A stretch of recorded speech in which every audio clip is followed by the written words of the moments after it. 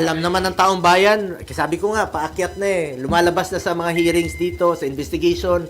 Alam naman natin kung sino yung mga nagpupondo, sino yung mga totoong mga contractor, sino yung mga involved sa anomalous projects.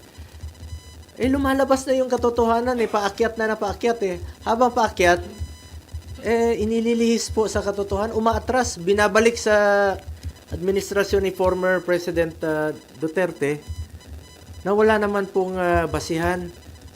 Hindi ko naman sinasabi na perpekto yung administration ni former President Duterte noon. Pag may nababalitaan siyang involved sa corruption, tinatanggal naman niya. Hindi ko sinasabing perpekto. Ngunit ito ngayon, nandito yung malala eh, 22 to 25. Nandito yung malala. Hindi naman puputok yan kung hindi malala eh. Sir, tingin yung target po kayo? You're being targeted? Sigurado. Kasi sabi ko nga, unti-unti na kaming ni-eliminate.